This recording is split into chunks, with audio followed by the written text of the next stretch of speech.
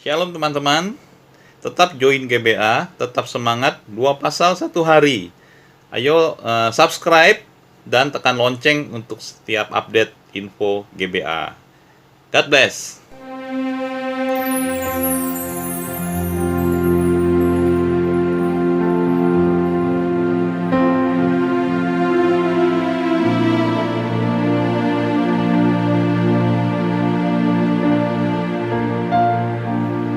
Yesaya 8. Anak Nabi sebagai tanda.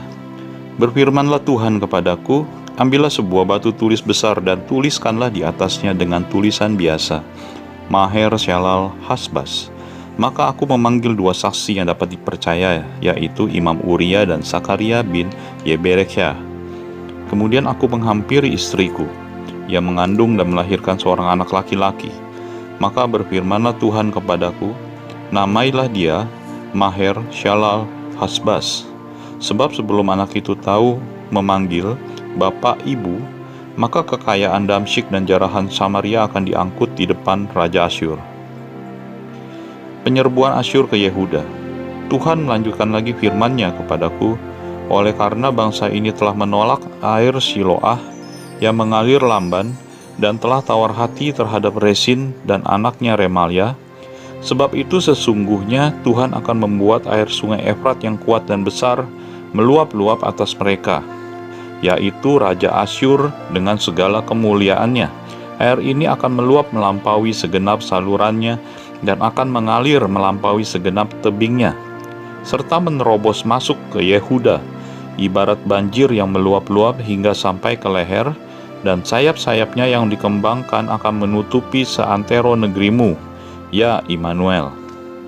Ketahuilah hai bangsa-bangsa dan terkejutlah, perhatikanlah ya segala pelosok bumi, berikat pingganglah dan terkejutlah, berikat pingganglah dan terkejutlah.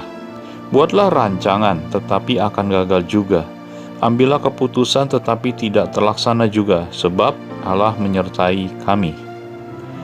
Yesaya terpaksa bersembunyi.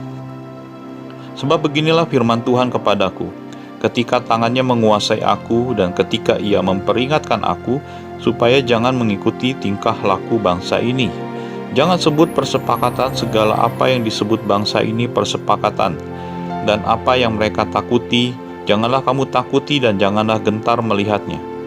Tetapi Tuhan semesta alam, dialah yang harus kamu akui sebagai yang kudus. Kepadanyalah harus kamu takut dan terhadap dialah harus kamu gentar. Dia akan menjadi tempat kudus, tetapi juga menjadi batu sentuhan dan batu sandungan bagi kedua kaum Israel itu, serta menjadi jerat dan perangkap bagi penduduk Yerusalem. Dan banyak di antara mereka akan tersandung, jatuh dan terluka, tertangkap dan tertawan. Aku harus menyimpan kesaksian ini dan memeteraikan pengajaran ini di antara murid-muridku. Dan aku hendak menanti-nantikan Tuhan yang menyembunyikan wajahnya terhadap kaum keturunan Yakub. Aku hendak mengharapkan Dia. Sesungguhnya aku dan anak-anak yang telah diberikan Tuhan kepadaku adalah tanda dan alamat di antara orang Israel dari Tuhan semesta alam yang diam di Gunung Sion. Apabila orang berkata kepada kamu, mintalah petunjuk kepada arwah dan roh-roh peramal yang berbisik-bisik dan komat kamit, maka jawablah, bukankah suatu bangsa patut meminta petunjuk kepada Allahnya? Atau haruslah mereka meminta petunjuk kepada orang-orang mati bagi orang-orang hidup? Carilah pengajaran dan kesaksian. Siapa yang tidak berbicara sesuai dengan perkataan itu, maka baginya tidak terbit fajar. Mereka akan lalu lalang di negeri itu, melarat dan lapar. Dan apabila mereka lapar, mereka akan gusar dan akan mengutuk rajanya dan Allahnya. Mereka akan menengadah ke langit dan akan melihat ke bumi, dan sesungguhnya hanya kesesakan dan kegelapan, kesuraman yang mengimpit, dan mereka akan dibuang ke dalam kabut. Yesaya 9. Kelahiran Raja Damai. Tetapi tidak selamanya akan ada kesuraman untuk negeri yang terimpit itu. Kalau dahulu Tuhan merendahkan tanah Zebulon dan tanah Naftali, Maka di kemudian hari ia akan memuliakan jalan ke laut, daerah seberang sungai Yordan, wilayah bangsa-bangsa lain. Bangsa yang berjalan di dalam kegelapan telah melihat terang yang besar. Mereka yang diam di negeri kekelaman, atasnya terang telah bersinar. Engkau telah menimbulkan banyak sorak-sorak dan sukacita yang besar. Mereka telah bersukacita di hadapanmu, seperti sukacita di waktu panen, seperti orang bersorak-sorak di waktu membagi-bagi jarahan. Sebab kuk yang menekannya dan gandar yang di atas bahunya serta tongkat si penindas telah kau patahkan seperti pada hari kekalahan Midian. Sebab setiap sepatu tentara yang berderap-derap dan setiap jubah yang berlumuran darah akan menjadi umpan api. Sebab seorang anak telah lahir untuk kita, seorang putra telah diberikan untuk kita. Lambang pemerintahan ada di atas bahunya, dan namanya disebutkan orang, Penasehat Ajaib, Allah yang perkasa, Bapa yang kekal, Raja Damai. Besar kekuasaannya dan damai sejahtera tidak akan berkesudahan di atas tahta Daud dan di dalam kerajaannya, karena ia mendasarkan dan mengokohkan dengan keadilan dan kebenaran dari sekarang sampai selama-lamanya. Kecemburuan Tuhan semesta alam akan melakukan hal ini. Murka Tuhan terhadap Efraim. Tuhan telah melontarkan firman kepada Yakub, dan firman-Nya itu menimpa Israel.